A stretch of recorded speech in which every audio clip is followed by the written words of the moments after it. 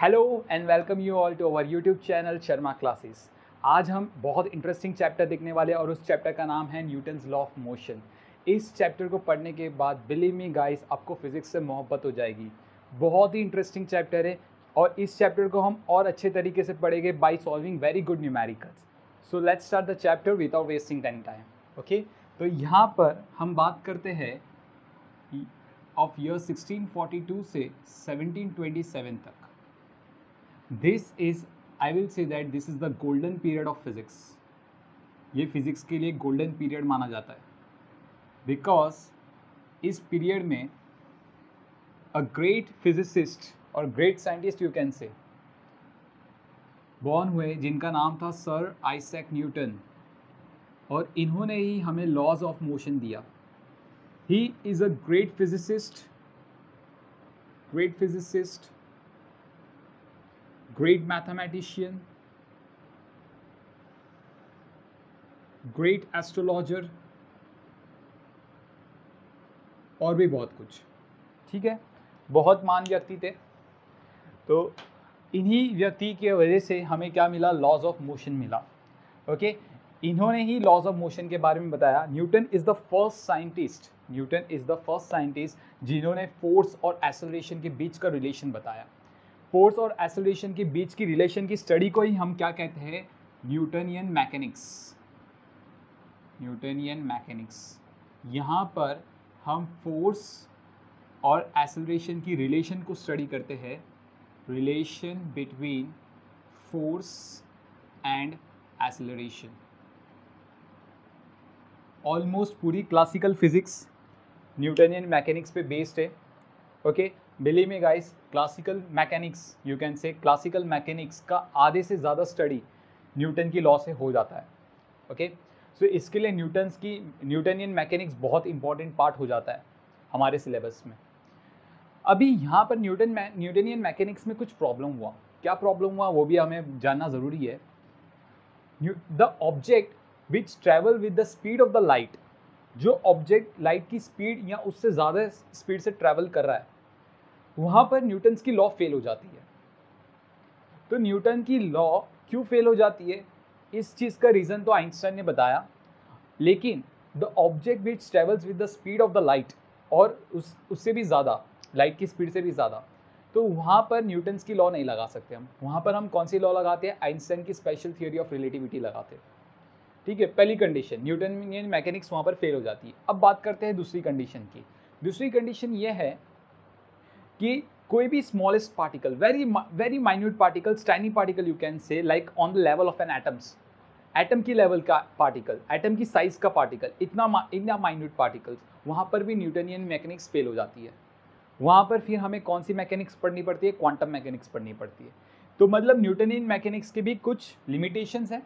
Okay, ये एक finite object, एक फाइनाइट स्पीड से चलने वाली ऑब्जेक्ट, उन्हीं पे एप्लीकेबल है। तो let's start with this chapter. This is the introduction part of the chapter. Let's start with the chapter. सबसे पहले इस चैप्टर में हम पढ़ेंगे द डेफिनेशन ऑफ फोर्स। क्या पढ़ने वाले? फोर्स की डेफिनेशन देखेंगे। Everyone knows what is force. तो एक डेफिनेशन देख लेते हैं फोर्स की स्टार्टिंग में। So the definition of force, it is nothing but push और पुल। फोर्स क्या है? अगर सिंपल लैंग्वेज में बोलूँ, पुश करो, धक्का मारो, या पुल करो या फिर खींचो। ठीक है, पुश करो या फिर पुल करो, धक्का मारो या फिर खींचो, यही होता है फोर्स। इसका इफेक्ट क्या होता है?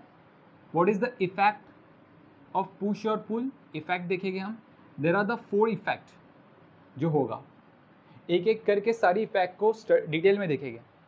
पुश और पुल, जैसे कि for example, if this is the duster, okay, मैं इसको पुश करूंगा लाइक दिस, ऐसे हमने इसको पुश किया, या फिर पुल करेंगे। पुल मतलब ऐसे खींचना, हमारी तरफ खींचना। तो दो चीज़ें हो रही है, पुश हो रही है या पुल हो रही है। मतलब मैं बताना चाहता हूँ डस्टर अभी क्या है? रेस्ट पे है, लेकिन जब मैं पुश करूंगा तो डस्टर मोशन में हो गई। तो फोर्स की वजह से कोई भी बॉडी क्या हो सकती है? मोशन में आ सकती है जो रेस्ट पे है। It produces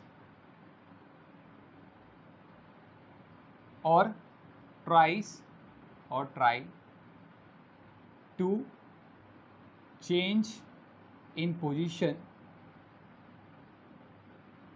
of an object, to change in position of an object when it is at rest, when it is at rest। Object की पोजीशन चेंज कराने में मदद करता है, या फिर बोल सकते हो ऑब्जेक्ट को मोशन में करने की कोशिश करता है।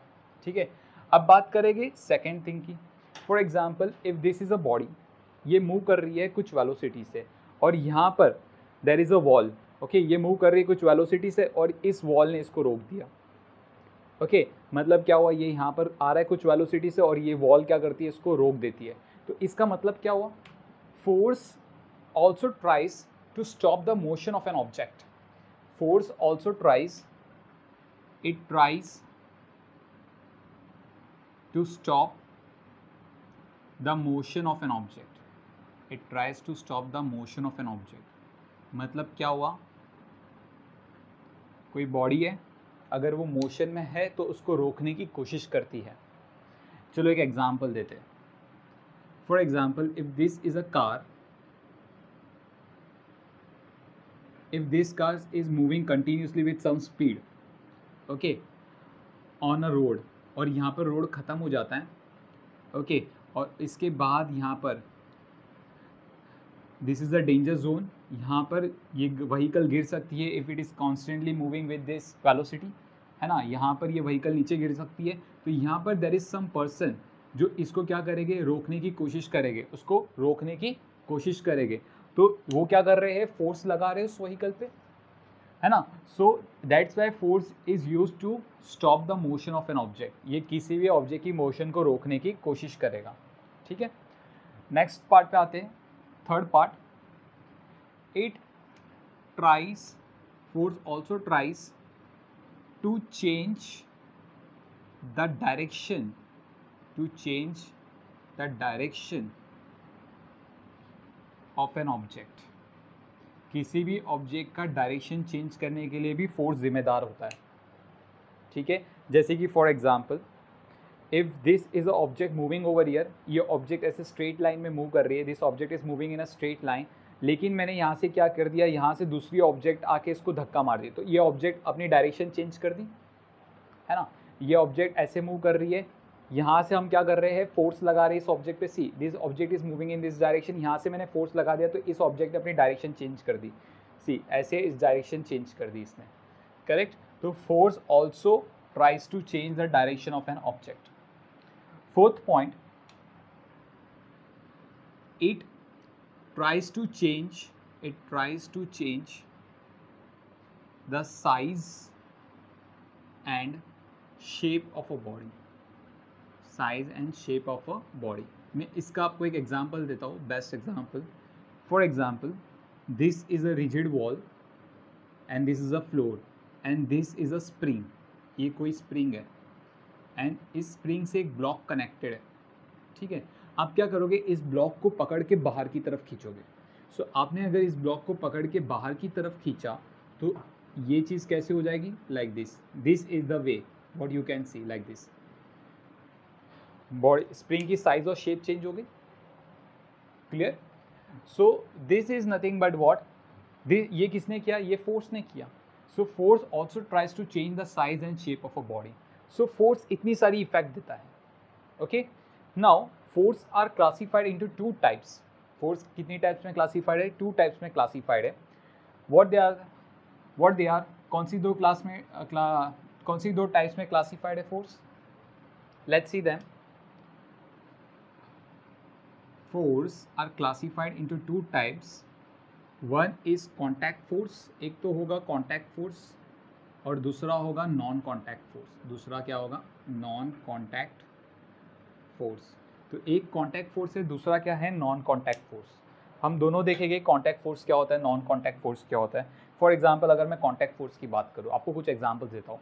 If suppose you are seeing this video in your bedroom और मैं बोलूँगा कि आपका बेडरूम का डोर आप बंद कर दो या खोल दो, दोनों में से कुछ भी करो। अगर बंद है तो खोल दो, खुला हुआ है तो बंद कर दो। तो आप क्या करोगे, आप उठ के जाओगे, डोर के हैंडल को पकड़ोगे और उसको बंद करोगे।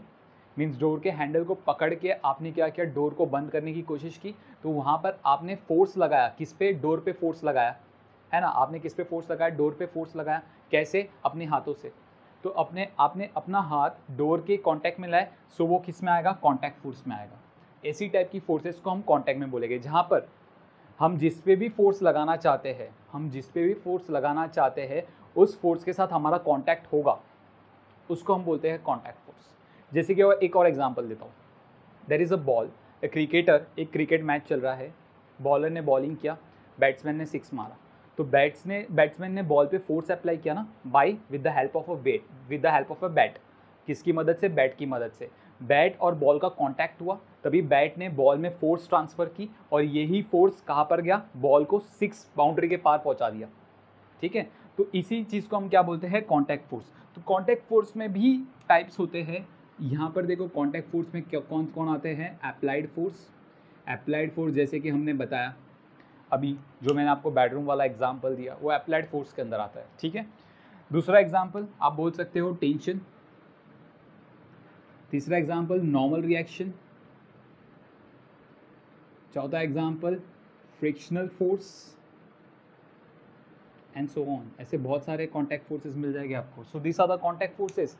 इन सभी फोर्सेस को हम इस चैप्टर में डिटेल में देखेंगे। ठीक है, अब बात करते हैं नॉन कॉन्टैक्ट फोर्सेस की। नॉन कॉन्टैक्ट फोर्सेस में कौन होता है, सबसे पहला ग्रेविटेशनल फोर्स।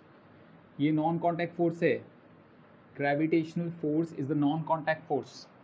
ठीक है, जैसे कि for example if this, Newton का ही एग्जाम्पल ले लेते हैं, सर आइजैक न्यूटन का। This is a tree and this is an apple, and Sir Isaac Newton is sitting beyond the tree, below the tree. Sir Isaac Newton is sitting below the tree. अब यहाँ से Apple टूट के नीचे गिरा, है ना, एप्पल टूट के नीचे गिरा, तो एप्पल नीचे क्यों गिर रहा है, because of the gravitational force. Earth इसको खींच रहा है, अर्थ इसको क्या कर रहा है, खींच रहा है। देखो अर्थ का कोई भी कॉन्टैक्ट नहीं था एप्पल के साथ, अर्थ का कोई भी कॉन्टैक्ट नहीं था एप्पल के साथ, तभी भी अर्थ ने उसके ऊपर आसानी से फोर्स लगा दिया। इसी को बोलते हैं नॉन कॉन्टैक्ट फोर्सेस। मतलब कॉन्टैक्ट नहीं होने के बावजूद भी फोर्स बना रहा है, कॉन्टैक्ट नहीं होने के बावजूद भी फोर्स बना रहा है, उसको ही हम क्या बोलते हैं, नॉन कॉन्टैक्ट फोर्सेस। तो सबसे पहला आता है ग्रेविटेशनल फोर्स। दूसरा यू कैन से इलेक्ट्रोस्टैटिक फोर्स, इलेक्ट्रोस्टैटिक फोर्स का मैं एग्जांपल देता हूँ। अपने बचपन में बहुत क्या होगा, एक आपकी प्लास्टिक की स्केल आती है, आप उसको सर से घिसते हो, ओके, और आपने कोशिश किया होगा कि जो पीसेस ऑफ पेपर है आप उसके नज़दीक लेके आओगे और वो चिपक जाता है, that is comes under electrostatic force. इसका मतलब क्या हुआ, जब आप उसको अपने सर पे घिसते हो तो उसके अंदर चार्जेस डेवलप हो जाती है, जो क्या करती है, जो पेपर्स है उनको खींचने का काम करती है। देखो क्लास, जब आपने स्केल लिया, for example if this is a scale and this is a piece of paper, आप स्केल को पीस ऑफ पेपर के नज़दीक लेके गए तो ये पीस ऑफ पेपर यहाँ पर चिपकना चालू हो जाएगा, है ना। लेकिन क्या आपने इन दोनों के बीच में कोई कांटेक्ट करवाया था, नहीं, फिर भी ये क्या करेंगे, उड़ के आके चिपकने लग जाएंगे। तो ऐसी टाइप की फोर्सेस को हम लोग क्या बोलते हैं, नॉन कॉन्टैक्ट फोर्सेस के अंदर आती है। तो this type of force is known as electrostatic force. Next हम बात करेंगे मैग्नेटिक फोर्स की। किसकी बात करेंगे हम, मैग्नेटिक फोर्स की बात करेंगे। सो मैग्नेटिक फोर्स के केस में क्या होता है, if you bring two magnets, one is south pole and north pole and this is another magnet that is north pole and south pole। ये दोनों मैग्नेट को आप नज़दीक ला के रख दोगे और जैसे आपने अपना हाथ हटा दिया, एक्सटर्नल फोर्स हटा दिया, तो ये दोनों मैग्नेट क्या करेंगे, एक दूसरे को रिपेल कर देंगे, मतलब ऐसे दूर चले जाएंगे, लाइक दिस। मतलब मैं एग्जांपल देता हूँ, for example this are the two magnets, ये दोनों का north pole, cap is the north pole, दोनों की नॉर्थ पोल को आप नज़दीक लेके आए, ओके, और जैसे ही आपने एक्सटर्नल फोर्स हटा दिया तो ये ऑटोमेटिक जैसे दूर भाग जाएंगे। सो दिस इज, जबकि देखो इन दोनों का कांटेक्ट भी नहीं है, फिर भी एक दूसरे के ऊपर फोर्स लगा रहे हैं और एक दूसरे को दूर भेज रहे हैं। तो this type of force is nothing but the magnetic force. So ये किस में आता है, magnetic force. So this are the non contact forces and this are the contact forces. हम एक एक करके सारे फोर्सेज को इन 2 साल में हम पढ़ने वाले हैं फिजिक्स में, ठीक है, fine. So please copy down this, then will move ahead. Okay बच्चों, तो अभी आगे बढ़ते हैं। आगे हम कुछ इंपॉर्टेंट डेफिनेशंस पढ़ने वाले हैं जो इस चैप्टर का आपका फाउंडेशन तैयार करेगा और आने वाले चैप्टर्स के भी, okay. So let's start the next part. Next part हम क्या देखने वाले हैं, सिस्टम। अब ये बहुत इंपॉर्टेंट रोल प्ले करेगा। सिस्टम क्या होता है, ठीक है। It is, you can say the definition of system is like that, it is a body और the combination of the body which are being observe. Okay, तो मतलब क्या होता है, it is a body, you can say a body और combination of body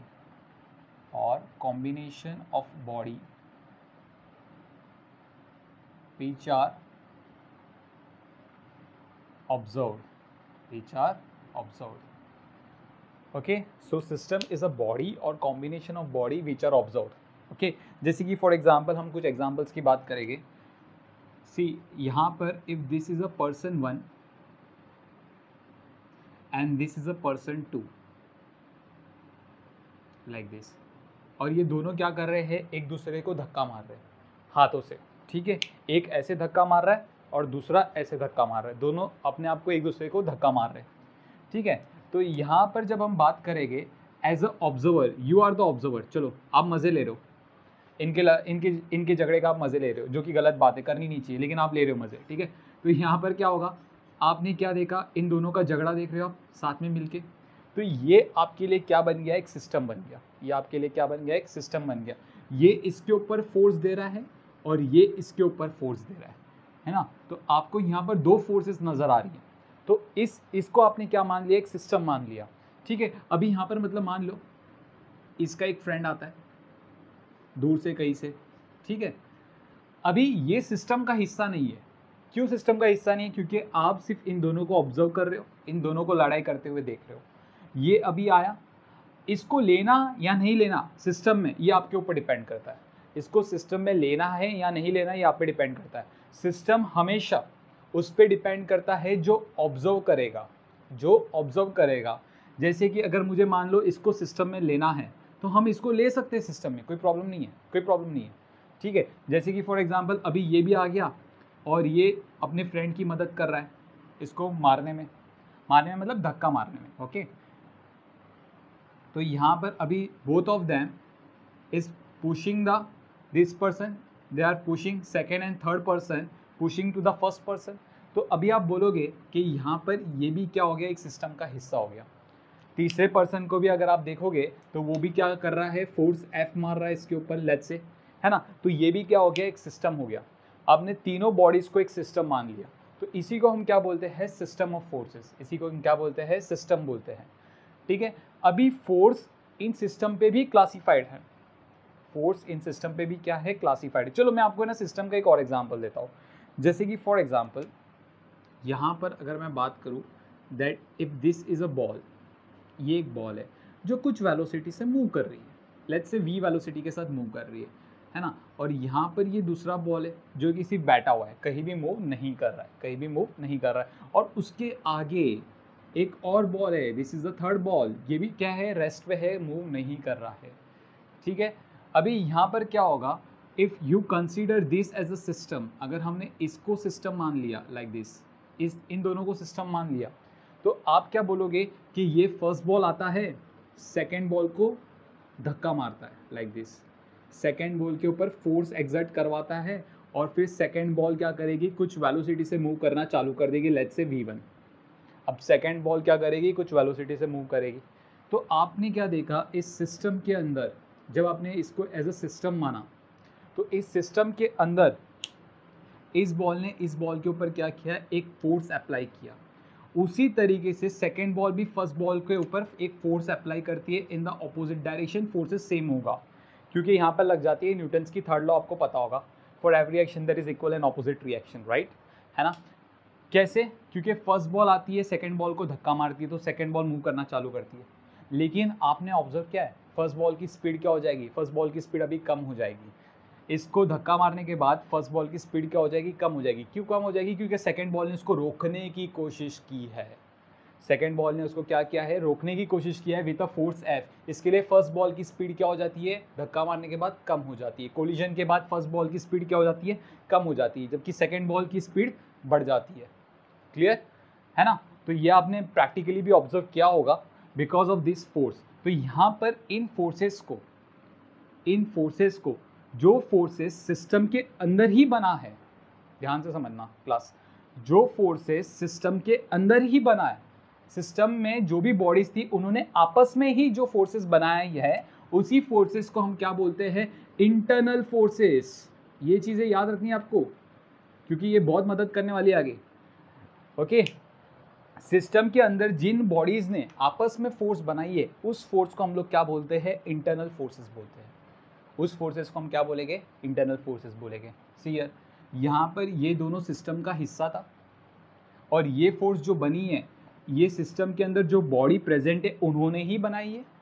तो ऐसी forces को कहा जाता है इंटरनल फोर्सेस, जो बॉडी ने खुद ने ही सिस्टम, जो बॉडी सिस्टम के अंदर है वो खुद ही वो फोर्स बना देते हैं, उसी को बोलते हैं हम इंटरनल फोर्सेस। अब बात करते हैं एक्सटर्नल फोर्सेस की। यहाँ पर एक्सटर्नल फोर्स भी होता है। देखो क्लास, अभी एक्सटर्नल फोर्स क्या होगा, चलो मतलब मान लेते हैं अभी ये बॉल रेस्ट पे है, ये बॉल मूव नहीं कर रही, मतलब मान लो ये वाली बॉल मूव नहीं कर रही, ये बॉल रेस्ट पे है। अब ये बॉल मूव कर रही है, ये बॉल मूव कर रही है with certain velocity v, with certain velocity v। अभी ये बॉल सिस्टम का हिस्सा नहीं है, आपने इन दोनों बॉल को सिस्टम माना हुआ है, ये बॉल सिस्टम का हिस्सा नहीं है। अगर ये बॉल सिस्टम का हिस्सा नहीं है और ये बॉल आती है, इस बॉल को धक्का मारती है ना, ये बॉल आएगी वहाँ से और इस बॉल को धक्का मारेगी। यहाँ पर बना देता हूँ, जैसे कि this is the first ball, ये सेकेंड बॉल आपकी, और ये third ball, right. Third ball ने सेकेंड बॉल को फोर्स F दिया, उसी वक्त सेकेंड बॉल भी क्या करेगी, थर्ड बॉल को फोर्स F देगी, है ना। थर्ड बॉल क्या करेगी, सेकेंड बॉल को धक्का मारेगी, वही सेकेंड बॉल थर्ड बॉल को रोकने का कोशिश करेगा, जिसकी वजह से थर्ड बॉल की स्पीड क्या हो जाएगी, कम हो जाएगी, सेकेंड बॉल की स्पीड बढ़ जाएगी। This is first ball, this is second ball, this is third ball, right. भूलना नहीं है, ठीक है। फिर से बता रहा हूँ, थर्ड बॉल आती है, सेकेंड बॉल को धक्का मारती है, वही सेकेंड बॉल थर्ड बॉल को क्या करती है, रोकने की कोशिश करती है। तो आफ्टर कोलिजन थर्ड बॉल क्या हो जाती है, थर्ड बॉल की स्पीड कम हो जाती है, सेकेंड बॉल की स्पीड बढ़ जाती है। अब ये वाला जो फोर्स आया, ध्यान से देखना क्लास, ये वाला जो फोर्स आया ये सिस्टम के बाहर से आया था। हमारा सिस्टम ये था, फर्स्ट एंड सेकेंड बॉल, ये दो मिलके हमारा सिस्टम था। ये वाला जो फोर्स आया ये सिस्टम के बाहर से आया, सिस्टम के बाहर से आया। ऐसी फोर्स को हम बोलते हैं एक्सटर्नल फोर्सेस। ऐसी फोर्सेस को हम क्या बोलते हैं, एक्सटर्नल फोर्सेस। यही फोर्स एक्सटर्नल फोर्स होती है जो सिस्टम के बाहर से आती है। एक ऐसी बॉडी जो फोर्स लगाएगी, लेकिन कहाँ से लगाएगी, सिस्टम के बाहर से लगाएगी, ऐसी फोर्सेस को हम बोलते हैं external forces.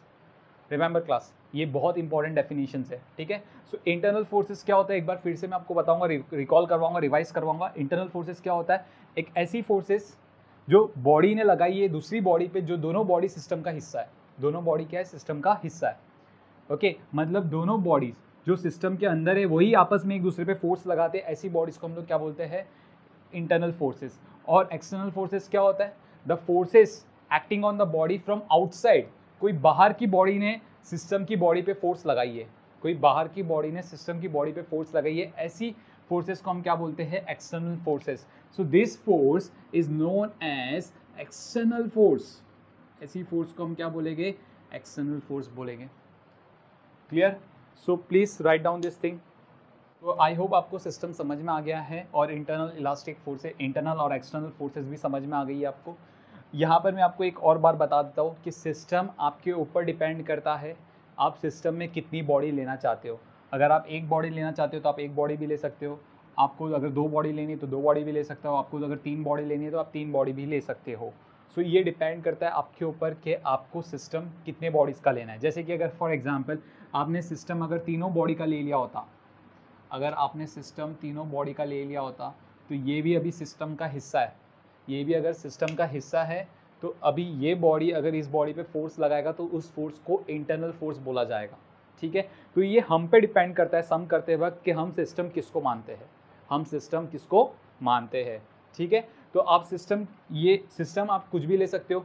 If you want to take a system of one body, you can take system of one body. If you want to take system of two bodies, you can take system of two bodies.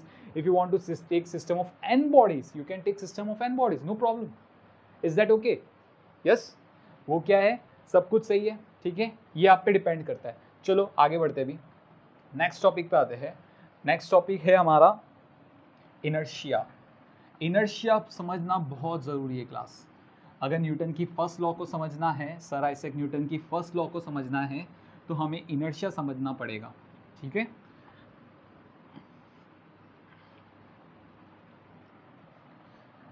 Next topic पे बढ़ते हैं। Next topic है inertia, very important topic, inertia. Okay आप अगर inertia की definition देखोगे तो अलग अलग बुक में अलग अलग डेफिनेशन है, लेकिन जो इनर्शिया की डेफिनेशन मुझे सबसे ज़्यादा अच्छी लगती है वो डेफिनेशन में लिख देता हूँ। Inertia is the resistance, inertia is the resistance of any physical object, inertia is the resistance of any physical object in any change in velocity of an object, in velocity of an object। तो ये definition inertia की मुझे सबसे ज़्यादा पसंद है। क्यों? Because यहाँ पर बताया गया है inertia is the resistance of any physical object in any change in velocity of an object. एकदम क्लियर कट डेफिनेशन दे दी हमें इनर्शिया की। अभी यहाँ पर हो क्या रहा है अकॉर्डिंग टू दिस डेफिनेशन, इस डेफिनेशन के हिसाब से इनर्शिया क्या है ये समझना हमें। ओके इसका मतलब क्या हुआ, इनर्शिया क्या होता है, बॉडी क्या करती है, एक रेजिस्टेंस ऑफर करती है।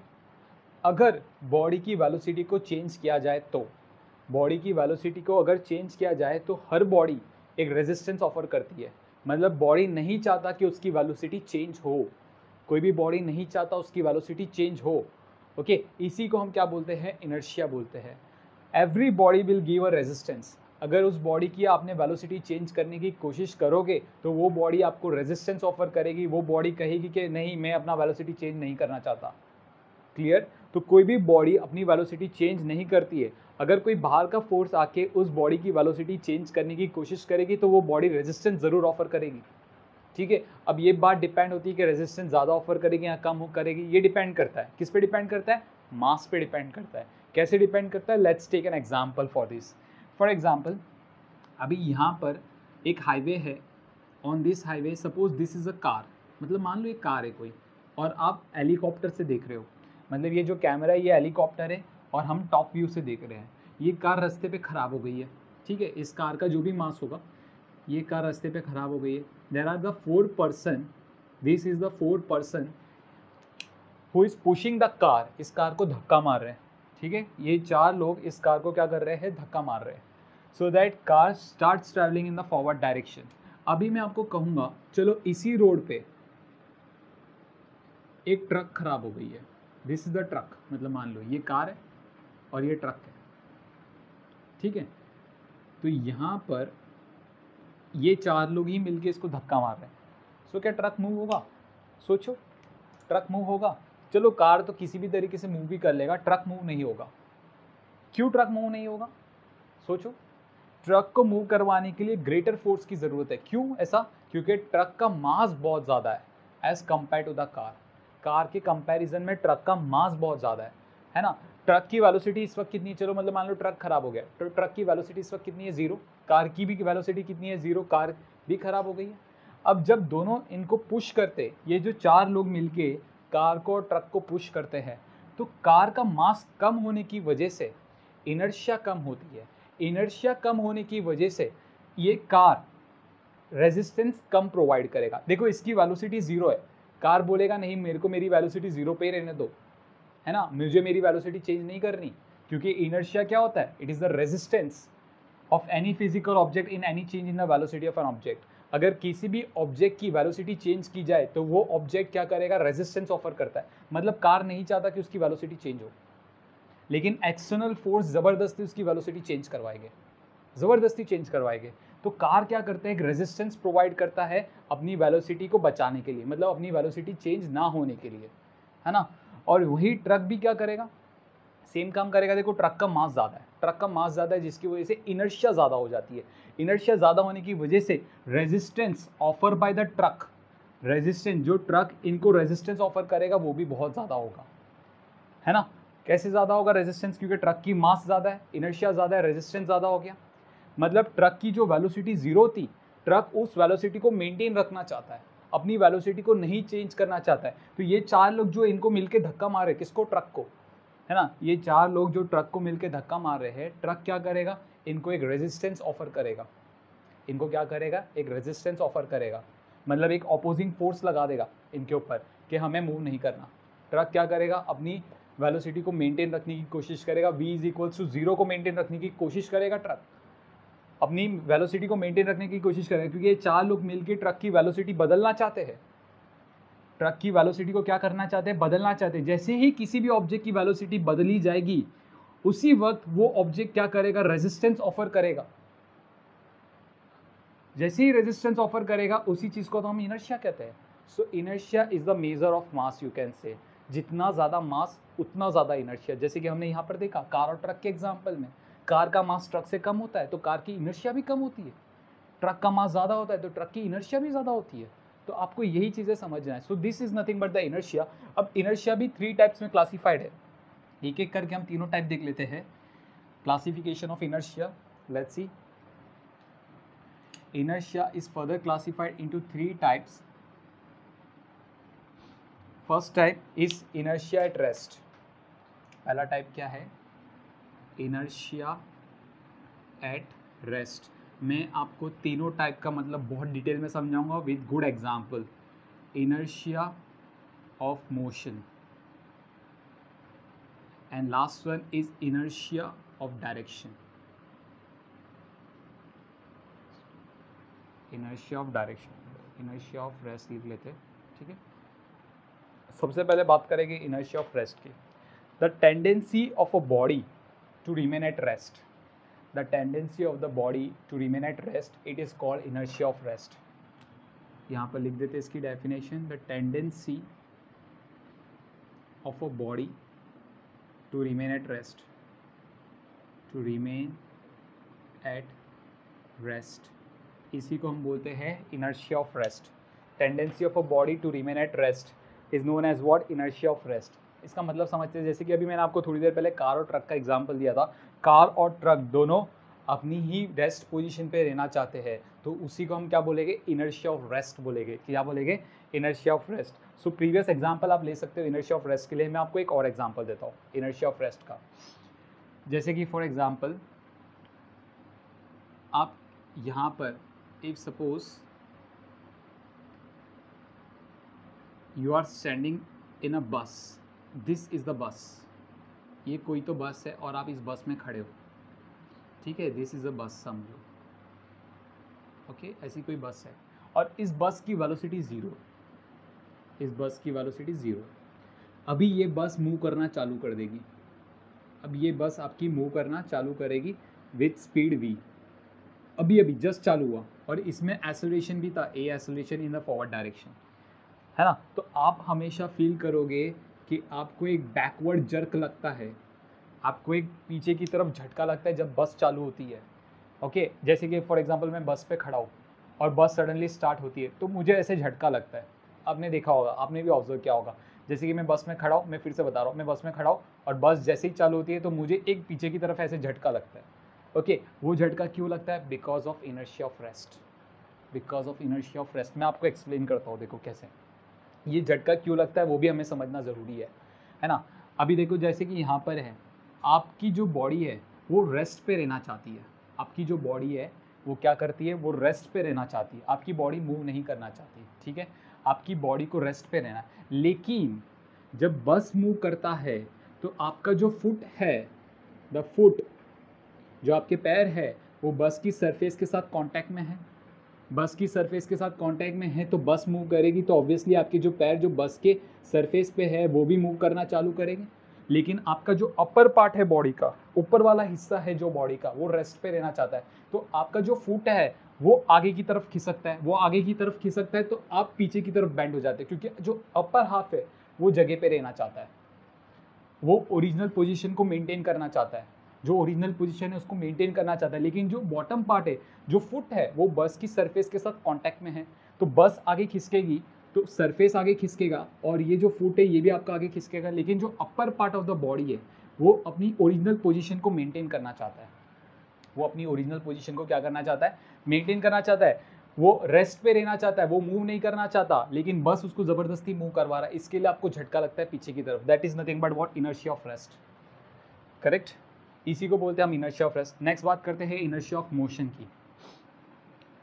इसको बोलेंगे the tendency of the body, tendency of body to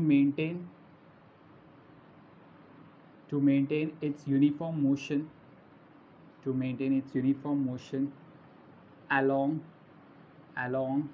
straight line. Body अपनी मोशन बनाएगी स्ट्रेट लाइन पे. The tendency of the body to maintain its uniform motion along straight line. Okay, इसका मतलब क्या हुआ? कोई भी बॉडी अगर मूव कर रही है तो वो मूव करते रहना चाहती है कंटिन्यूसली. अगर आपने उसको रोकने की कोशिश की तो वो बॉडी रेजिस्टेंस ऑफर करेगी, मतलब वो रुकना नहीं चाहती, अपनी वेलोसिटी कम नहीं करना चाहती, है ना. उसी को हम बोलते हैं इनर्शिया ऑफ मोशन. उसी को हम क्या बोलते हैं? Inertia of motion.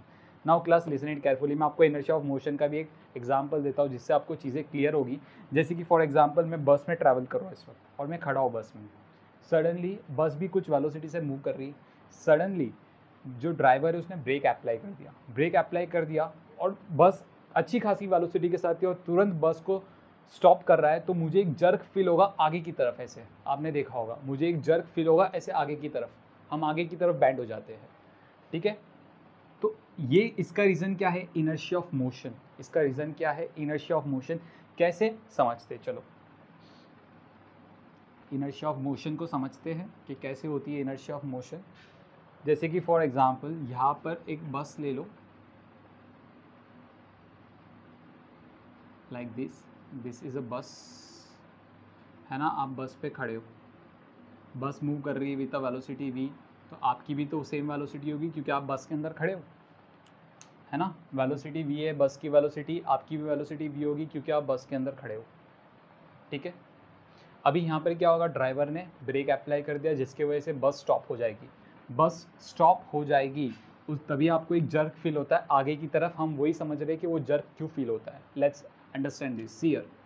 नाउ जब बस आपका चल रहा है विथ वेलोसिटी v, आपकी पूरी की पूरी बॉडी सेम वेलोसिटी के साथ जा रही है. पूरी की पूरी बॉडी सेम वेलोसिटी के साथ जा रही है. लेकिन जैसे ही बस ने ब्रेक अप्लाई कर दिया, ब्रेक अप्लाई होने की वजह से बस की वेलोसिटी कितनी हो गई? 0. तो बस की जैसे ही वेलोसिटी 0 हो जाएगी तो ये जो आपका फुट है बस के ऊपर, ध्यान से देखना क्लास, बस की वेलोसिटी 0, तो बस का ये जो सरफेस है इसकी भी वेलोसिटी 0, इसकी वेलोसिटी 0. तो जो आपका फुट है बस के साथ जो कांटेक्ट में है, आपका foot, the foot which is in contact with the bus surface, उसकी भी वेलोसिटी क्या हो जाएगी? 0 हो जाएगी. लेकिन जो बॉडी का अपर हाफ था वो अभी भी कुछ वेलोसिटी के साथ मूव कर रहा होगा, v वेलोसिटी के साथ मूव कर रहा होगा. तो आपका नीचे के पार्ट को रोक दिया गया है लेकिन ऊपर की पार्ट v वेलोसिटी से मूव कर रही है. इसके लिए आपको आगे की तरफ जर्क फील होता है. इसके लिए आपको एक जर्क फील होता है ऐसे आगे की तरफ, क्योंकि आपकी ऊपर पार्ट, जो अपर पार्ट ऑफ द बॉडी है वो v वेलोसिटी के साथ मूव कर रही है. Upper part of the body does not wants to stop. उसको रुकना नहीं था, वो कंटिन्यूसली मूवमेंट में जाने वाली थी. लेकिन क्योंकि नीचे का पार्ट, जो आपकी बॉडी का नीचे का पार्ट है, वो बस की सरफेस के साथ कांटेक्ट में होने के कारण इसकी वेलोसिटी 0 हो गई. लेकिन जो अपर पार्ट था उसकी तो वेलोसिटी थी ना भी, है ना. और वो अपर पार्ट मोशन में बने रहना चाहता है जिसकी वजह से उसको एक जर्क फील हुआ आगे की तरफ. So that is nothing but the inertia of motion. इसी को बोलते हैं हम इनर्शिया ऑफ मोशन.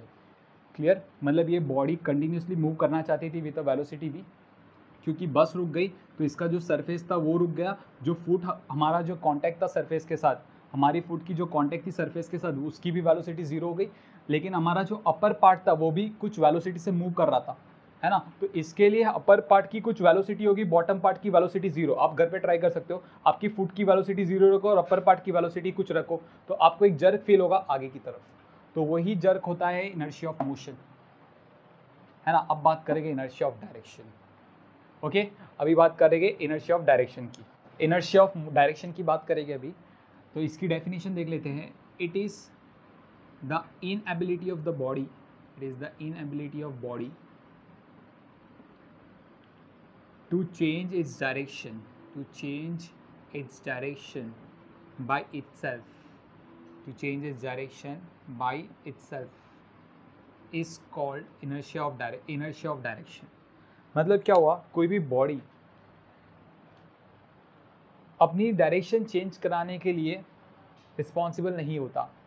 जैसे कि अगर मैं आपको बात कहूँ कि every body always tries to maintain its constant direction. एक ही डायरेक्शन को कांस्टेंट मेंटेन रखने की कोशिश करता है, उसी को बोलते हैं inertia of direction. Every body tries to maintain its direction constantly अपनी डायरेक्शन को चेंज नहीं करवाता है, उसी को हम बोलते हैं इनर्शिया ऑफ डायरेक्शन। मैं आपको एक एग्जांपल देता हूँ। फॉर एग्जाम्पल, चलो हम एग्जांपल बोर्ड पे ही देख लेते।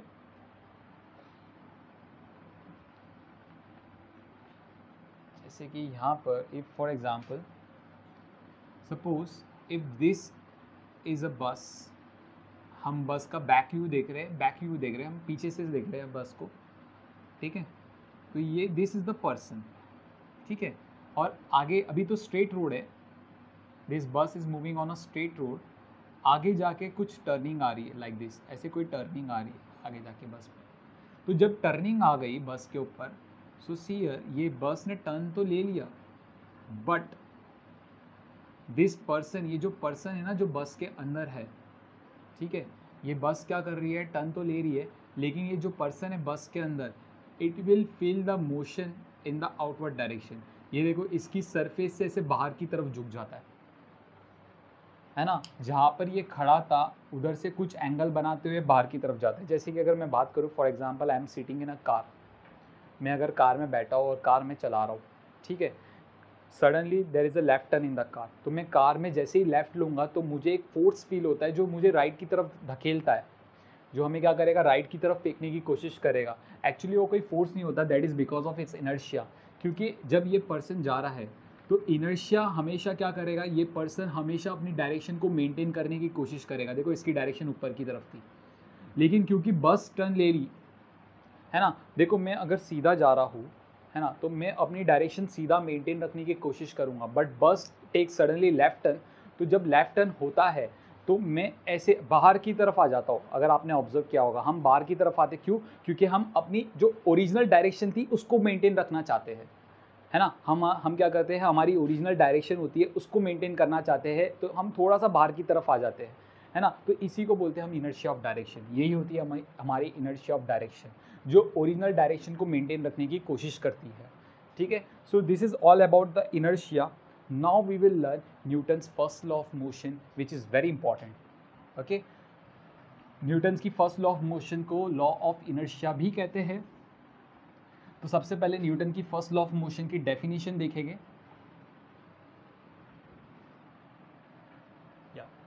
सो न्यूटन्स की first law of motion, Newton's first law of motion. Finally it's time to see the Newton's first law of motion. तो इतनी सारी बेसिक चीज़ें पढ़नी पड़ती है न्यूटन्स की लॉ बताने से पहले। So first law of motion states that every body will be in the state of rest. Every body will be in the state of rest or in uniform motion,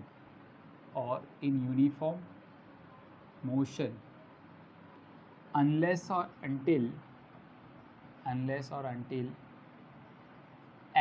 external force acts on the body.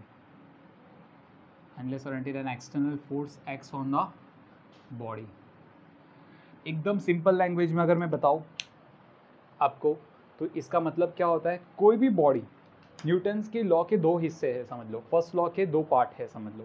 पहले part में Newton कहना चाहते हैं every body will be continue in the state of rest unless और until an external force acts on them. मतलब कोई भी body अपनी जगह पे तब तक बना रहेगा जब तक कोई बाहर का फोर्स आके उसको धक्का ना दे दे। ऑब्वियसली हमें समझ में आती है चीज़ें, ठीक है। ये बॉडी है, ये तब तक रेस्ट में रहेगी जब तक कोई बाहर का फोर्स आके इसको धक्का ना दे दे। एग्जैक्टली न्यूटन ने यही तो कहा। और इस पार्ट का दूसरा जो हिस्सा है वो क्या है, यूनिफॉर्म मोशन वाला पार्ट है। ये थोड़ा सा समझ के बाहर होता है। क्यों समझ के बाहर होता है वो भी मैं बताऊंगा। Every body will be in the state of uniform motion unless और until an external force act on them. ये न्यूटन के लॉ का सेकंड पार्ट है, फर्स्ट लॉ का सेकंड पार्ट है। तो इसका मतलब क्या है, कोई भी बॉडी तब तक चलती रहेगी जब तक कोई बाहर का फोर्स आके उसको रोक ना दे, तब तक वो बॉडी चलती रहेगी।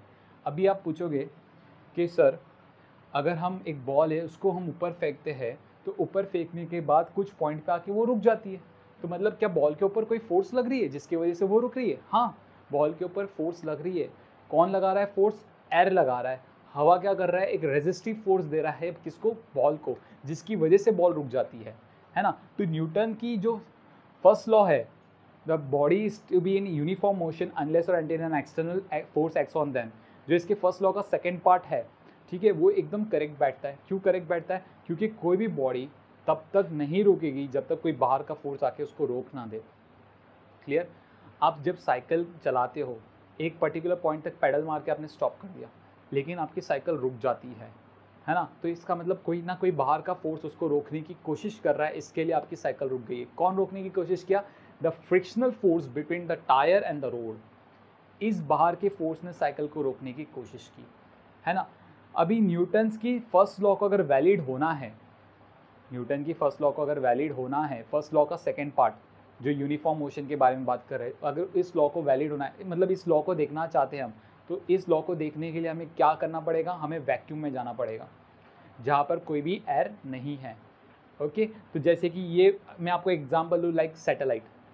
जो सैटेलाइट है वो कंटिन्यूसली विदाउट फ्यूल कंटिन्यूसली हमारे अर्थ के ऑर्बिट में चक्कर लगा रहा है, हमारे अर्थ के ऑर्बिट पे क्या कर रहा है? सर्कुलर मोशन बना रहा है कंटिन्यूसली।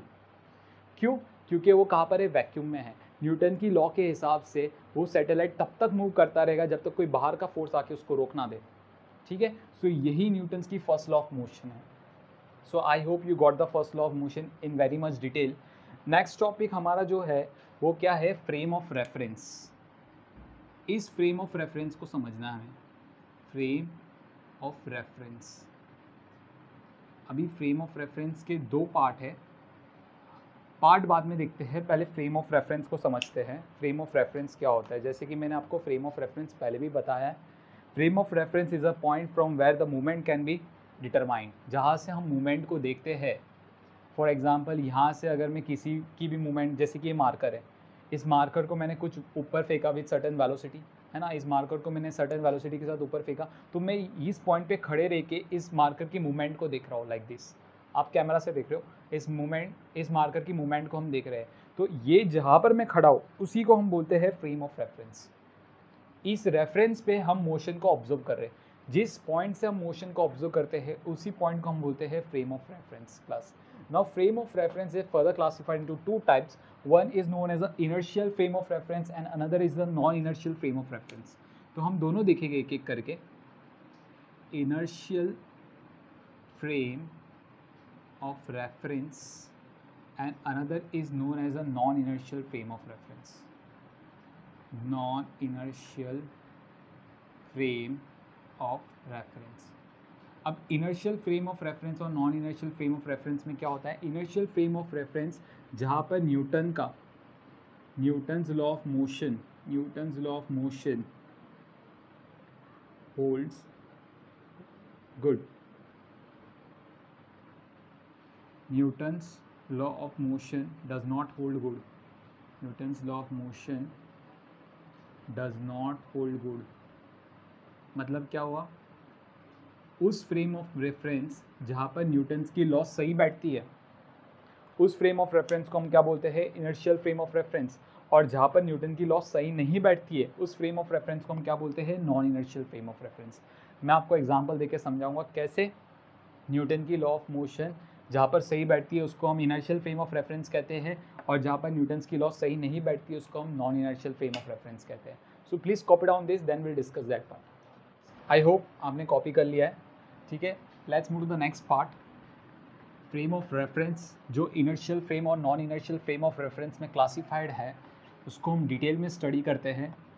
ठीक है, inertial frame of reference and non inertial frame of reference. सबसे पहले हम बात करते हैं इनर्शियल फ्रेम ऑफ रेफरेंस। अच्छा, दोनों को एक साथ ही देखेंगे, बेटर रहेगा। इनर्शियल फ्रेम ऑफ रेफरेंस और दूसरा बात करेंगे हम non inertial frame of reference की। Non inertial frame of reference. ठीक है, non inertial frame of reference. Inertial frame of reference में बॉडी की वेलोसिटी क्या होनी चाहिए? कांस्टेंट होनी चाहिए। बॉडी की वेलोसिटी मतलब जो फ्रेम ऑफ रेफरेंस है, फ्रेम ऑफ रेफरेंस कांस्टेंट होनी चाहिए।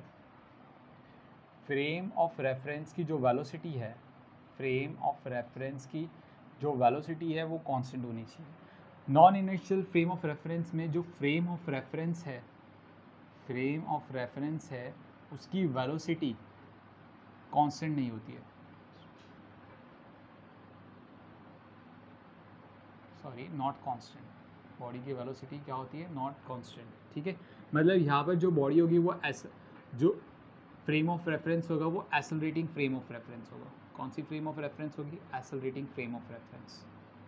कौन सी फ्रेम ऑफ रेफरेंस होगी, एक्सेलरेटिंग। मतलब जहाँ पर आप बॉडी को ऑब्जर्व कर रहे हो, फॉर एग्जांपल आप किसी भी बॉडी को ऑब्जर्व कर रहे हो, तो आप जिस फ्रेम ऑफ रेफरेंस पे खड़े हो वो फ्रेम ऑफ रेफरेंस क्या है, एक्सेलरेट हो रही है, मतलब उसकी स्पीड घड़ी घड़ी चेंज हो रही है। तो ऐसी फ्रेम ऑफ रेफरेंस को हम कहते हैं non inertial frame of reference, और ऐसी फ्रेम ऑफ रेफरेंस को हम कहते हैं इनर्शियल फ्रेम ऑफ रेफरेंस।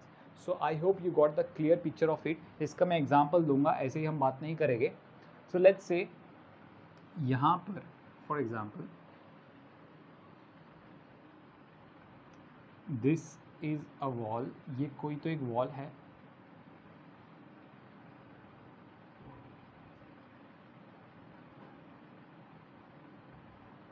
ऐसे कुछ, ठीक है। दिस इज अ वॉल,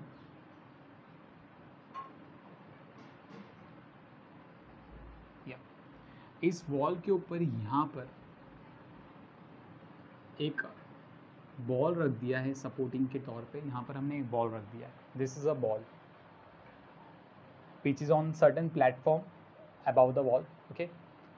इस वॉल के किसी प्लेटफॉर्म के ऊपर हमने इस बॉल को रख दिया है। Now see your class, suppose यहाँ पर if you will see that this is a person, this is a person, यहाँ पर एक पर्सन एक प्लेटफॉर्म के ऊपर मूव कर रहा है, ये ट्रॉली है समझ लो, this is a trolley and this person is standing on the trolley and moving in the right direction with a constant velocity v।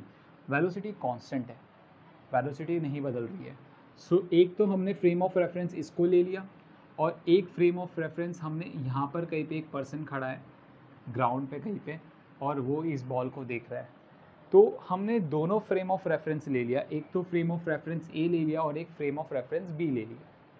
तो फ्रेम ऑफ रेफरेंस ए के हिसाब से, फ्रेम ऑफ रेफरेंस ए के हिसाब से जब ए इस बॉल को देखता है, सी ए का वेलोसिटी क्या है क्लास, ये जो बॉल यहाँ पर आप देख रहे हो इस ट्रॉली को, इस ट्रॉली की जो वेलोसिटी है वो कांस्टेंट है, कांस्टेंट वेलोसिटी है। मतलब इस ट्रॉली की कोई भी एक्सेलरेशन नहीं है, इस ट्रॉली की कोई भी एक्सेलरेशन नहीं है।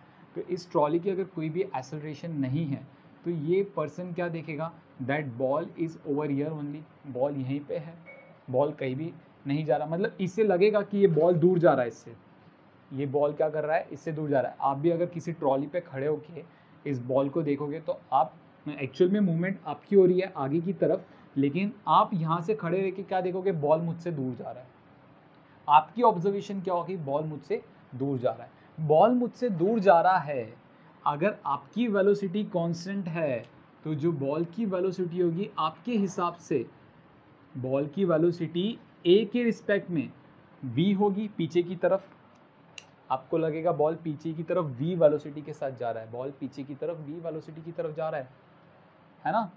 और इस पर्सन को तो बॉल यहीं पे लगेगा, इस पर्सन, ये पर्सन क्या देखेगा कि बॉल तो यहीं पे है, बॉल कहीं मूव ही नहीं कर रहा है, बॉल कहीं मूव ही नहीं कर रहा है, बॉल तो यहीं पे।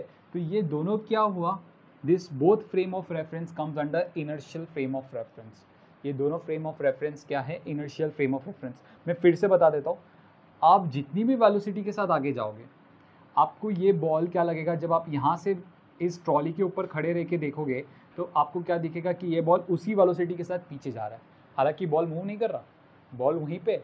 लेकिन आप जब ट्रॉली ए पे खड़े हो तो आपको क्या दिखेगा कि बॉल पीछे की तरफ जा रहा है, करेक्ट। अब जैसे कि मैं यहाँ पर खड़ा हूँ, फॉर एग्जांपल मैं इस मार्कर को देख रहा हूँ और मैं पीछे की तरफ जा रहा हूँ, तो मुझे लगेगा कि ये मार्कर पीछे की तरफ जा रहा है, लेकिन एक्चुअल में मूवमेंट मेरी पीछे की तरफ थी, मार्कर की पीछे की तरफ नहीं थी। क्लियर। तो मुझे क्या दिखेगा, जैसे कि मैं मार्कर को देख रहा हूँ और मैं पीछे की तरफ जा रहा हूँ, तो मेरे लिए मार्कर, मेरे को लगेगा कि मार्कर पीछे जा रहा है, ठीक है। तो उसी तरीके से पर्सन ए ने क्या देखा कि बॉल पीछे जा रहा है विद द वेलोसिटी v। जितनी वेलोसिटी के साथ ए आगे जाएगा, इस पर्सन को क्या देखेगा, इस पर्सन को क्या लगेगा, उतनी ही वेलोसिटी के साथ बॉल पीछे गया। अच्छा, वेलोसिटी कांस्टेंट है, वेलोसिटी कांस्टेंट है, तो ये पर्सन जब इस बॉल को देख रहा है तो अगर बोलेगा कि इस बॉल की एक्सेलरेशन क्या है, वेलोसिटी अगर कांस्टेंट, इस पर्सन के लिए बॉल कांस्टेंट वेलोसिटी के साथ पीछे जा रहा है तो एक्सेलरेशन कितना होगा, ज़ीरो होगा ना। कांस्टेंट वेलोसिटी, अगर ball is moving with constant velocity according to this person, तो एक्सेलरेशन कितनी होगी? ज़ीरो होगी, क्योंकि इसकी भी एक्सेलरेशन ज़ीरो है, कोई एक्सेलरेशन ही नहीं होगी, कोई एक्सेलरेशन ही नहीं होगी। तो इस पर्सन को क्या लगेगा? If acceleration is zero, acceleration zero होता है मतलब क्या हुआ? फोर्स भी कितना होता है? ज़ीरो, क्योंकि न्यूटन्स की लॉ के हिसाब से फोर्स पता है, मास इनटू एक्सेलरेशन। एक्सेलरेशन अगर ज़ीरो होगा तो ऑब्वियसली फोर्स ज़ीरो है। तो इस बॉल के ऊपर कोई भी फोर्स नहीं लग रही है, कोई भी फोर्स नहीं लग रही है। इसने कैलकुलेट कर लिया बड़ी आसानी से कि इस बॉल के ऊपर कोई भी फोर्स नहीं लग रही है। अभी बात करेंगे कि ये जो बॉडी है, ये जो ट्रॉली है, अभी मतलब मान लो ये कुछ एक्सेलरेशन से जा रही है, ये ट्रॉली की एक्सेलरेशन क्या हो गई? अभी कुछ वैल्यू है, ज़ीरो नहीं है, ज़ीरो नहीं है, ज़ीरो के अलावा कुछ वैल्यू है। Now this body is moving, this trolley is moving with constant acceleration, एक कांस्टेंट एक्सेलरेशन के साथ मूव कर रही है।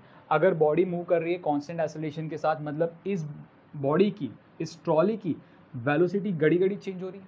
इस बॉडी की जो भी वेलोसिटी होगी किसी भी इंस्टेंस पे, उसको यही लगेगा कि ये जो बॉल है उसी वेलोसिटी के साथ पीछे जा रहा है ना। तो इस बॉडी की जो भी एक्सेलरेशन होगी, लेट्स से इस बॉडी की एक्सेलरेशन ए है, तो इस पर्सन को क्या दिखेगा कि ये जो बॉल है ये कौन सी एक्सेलरेशन के साथ मूव कर रहा है?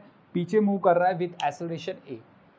इस पर्सन को क्या लगेगा कि ये जो बॉल है ये ए एक्सेलरेशन के साथ पीछे मूव कर रहा है। हालांकि बॉल वहीं पे है, बॉल कहीं मूव नहीं कर रहा, लेकिन ये क्या दिखेगा? अब जैसे कि ये पेन है, मार्कर है, मैं यहाँ पर ये हम क्या, मैं खुद दूर जा रहा हूँ, मैं ऑब्जर्वर दूर जा रहा हूँ, तो मुझे लग रहा है ये पेन दूर जा रहा है ना, मुझे लग रहा है पेन दूर जा रहा है, जबकि पेन वहीं पे है, पेन वहीं पे। तो वैसे ही ये पर्सन क्या दिख रहा है कि ये बॉल मूव कर रहा है with an acceleration A acceleration के साथ, ये बॉल क्या कर रहा है? पीछे जा रहा है। अब इसे थिंकिंग हुआ कि if this ball is moving with A acceleration in this direction, in the left direction A acceleration, तो इस बॉल के पास अगर ए एक्सेलरेशन है, इस बॉल के पास ए एक्सेलरेशन है, तो इस बॉल के पास फोर्स भी होना चाहिए, M A, force is equals to mass into acceleration. लेकिन ये क्या देख रहा है कि इस बॉल के पास कोई फोर्स है ही नहीं। ऑब्वियसली इस बॉल के पास कहाँ से फोर्स है? लेकिन इस बॉल के पास इस पर्सन के रिस्पेक्ट में एक्सेलरेशन है, इस बॉल के पास इस पर्सन के रिस्पेक्ट में कुछ एक्सेलरेशन है।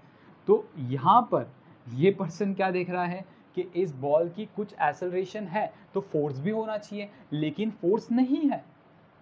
तो अभी इसे थिंकिंग हुआ, अगर कोई फोर्स है ही नहीं तो बॉडी में एक्सेलरेशन कहाँ से आ गई? बॉडी में एक्सेलरेशन कहाँ से आ गई? If there is no force, तो बॉडी में अगर कोई फोर्स है ही नहीं, फोर्स ज़ीरो है, इस बॉडी के ऊपर कोई फोर्स ही नहीं लग रहा है, तो इस बॉडी में एक्सेलरेशन कहाँ से आ गई? कहाँ से आ गई ये एक्सेलरेशन? सो इसे लगा कि न्यूटन का लॉ गलत है, क्योंकि न्यूटन ने क्या कहा था? कोई भी बॉडी तब भी मूव करेगा जब तक कोई बाहर का फोर्स आके उसको धक्का ना दे दे या मूव ना करवा दे। तो ये बॉडी तो मूव कर रही है ना विद एन एक्सेलरेशन है, तो इस बॉडी के ऊपर तो फोर्स नहीं लग रहा है। इस पर्सन ने नोट किया कि न्यूटन ने तो कहा था कि कोई भी बॉडी मूव कर रही होगी, कोई भी बॉडी तभी मूव करेगी जब तक कोई बाहर का फोर्स आके उसको धक्का ना दे दे, मतलब कोई बाहर का फोर्स लग ना जाए उस बॉडी के ऊपर, ठीक है, तभी वो बॉडी मूव करेगी। तो यहाँ पर तो ये बॉडी इस पर्सन के रिस्पेक्ट में मूव कर रही है, विद एन एक्सेलरेशन है, लेकिन इसके ऊपर कोई फोर्स नहीं लग रहा है। तो इसने क्या बोला कि नहीं, न्यूटन का लॉ गलत है, न्यूटन का फर्स्ट लॉ गलत है। लेकिन ये जो पर्सन है ये बहुत स्मार्ट है, बहुत स्मार्ट है। इसने क्या देखा कि बॉल तो वहीं पे, क्योंकि बॉल एक्चुअल में मूव कर ही नहीं रहा है ना, बॉल मूव कर ही नहीं रहा है। इसने क्या देखा? बॉल तो वहीं पे, और इसके पास तो वैलिड रीज़न भी है न्यूटन की लॉ को सही साबित करने का, क्योंकि बॉल के ऊपर कोई फोर्स ही नहीं लगा, इसके लिए बॉल मूव ही नहीं किया। तो ये तो बोलता है नहीं, न्यूटन की लॉ सही है। ये क्या कह रहा है? नहीं, न्यूटन की लॉ गलत है, मेरे हिसाब से तो इस बॉल के ऊपर एक्सेलरेशन है तो फोर्स होना चाहिए, लेकिन मुझे कोई फोर्स दिखाई नहीं दे रहा। तो मतलब ये बॉल विदाउट फोर्स मूव कर रहा है, विदाउट फोर्स मूव कर रहा है, मतलब न्यूटन की लॉ सही नहीं है, क्योंकि न्यूटन ने तो कहा था कि कोई भी ऑब्जेक्ट तभी मूव करेगा जब कोई बाहर का फोर्स आके उसको मूव करवाएगा। तो ये कहता है कि न्यूटन की फर्स्ट लॉ गलत है, लेकिन एक्चुअल में न्यूटन की फर्स्ट लॉ कोई गलत नहीं है, इसकी फ्रेम ऑफ रेफरेंस गलत है। ये कौन सी फ्रेम ऑफ रेफरेंस में है? यहाँ पर non inertial frame of reference में है गाइस। और ये कौन सी फ्रेम ऑफ रेफरेंस में है? इनर्शियल फ्रेम ऑफ रेफरेंस, क्योंकि ये स्टेशनरी है, इसकी वेलोसिटी ज़ीरो है। Zero velocity means constant velocity. अगर हम उस फ्रेम ऑफ रेफरेंस में हो गए जहाँ पर हमारी फ्रेम ऑफ रेफरेंस एक्सेलरेट करेगी, तो वहाँ पर न्यूटन की लॉ फेल हो जाती है। एक्चुअली न्यूटन की लॉ फेल नहीं हो जाती, तुम्हारा फ्रेम ऑफ रेफरेंस ही गलत है ना। तो यहाँ पर न्यूटन की लॉ सही नहीं बैठती, इस पर्सन के लिए न्यूटन की लॉ सही नहीं बैठती। इसके लिए तो मैंने आपको कहा था non initial frame of reference वो फ्रेम ऑफ रेफरेंस होती है जहाँ पर न्यूटन की लॉ सही नहीं बैठती, है ना। तो इसके लिए तो न्यूटन की लॉ सही नहीं बैठी, तो ये क्या हो गई non inertial frame of reference, और ये क्या हो गया inertial frame of reference. So I hope you got the clear picture of what is inertial frame of reference and non inertial frame of reference, ठीक है। तो अभी हाँ यहाँ पर तो इसने क्या मान लिया, चलो भाई न्यूटन तो गलत नहीं हो सकता, न्यूटन तो सही होगा, इतना बड़ा साइंटिस्ट है, उसके सामने हमारी कोई औकात नहीं है, ठीक है। तो इससे तो लगा नहीं यार न्यूटन गलत नहीं हो सकता, न्यूटन तो सही हो गया। तो इसने मान लिया चलो इसके ऊपर एक फोर्स लग रही होगी, मान लिया कि एक फोर्स लग रही होगी, अगर बॉडी एक्सेलरेट कर रहा है तो फोर्स तो लग रही होगी। तो इसने क्या बोल दिया, वो फोर्स कितनी है, एम क्या है, मास ऑफ दिस बॉल, और इस फोर्स का नाम आ गया pseudo force. Pseudo force is an imaginary force, ऐसी कोई फोर्स एग्जिस्ट नहीं करती। तो न्यूमेरिकल सॉल्व करने के लिए मैं आगे हम non inertial frame of reference पूरा एक टॉपिक है, हम वहाँ पर बहुत डिटेल में पढ़ने वाले। तो non inertial frame of reference को एक्सप्लेन करने के लिए, उसकी न्यूमेरिकल सॉल्व करने के लिए हमने किसकी मदद ली, हमने एक सूडो फोर्स की मदद ली। एक्चुअल में ऐसी कोई फोर्स एग्जिस्ट नहीं करती है, लेकिन हमें न्यूमेरिकल सॉल्व करना है, तो हमने वहाँ पर क्या बोल दिया, एक सूडो फोर्स एक्ट करेगा इस बॉल के ऊपर, जो इस बॉल को लेफ्ट डायरेक्शन में लेके जाएगा with a force is equals to mass into acceleration. Pseudo force is a kind of imaginary force, this is not a real force.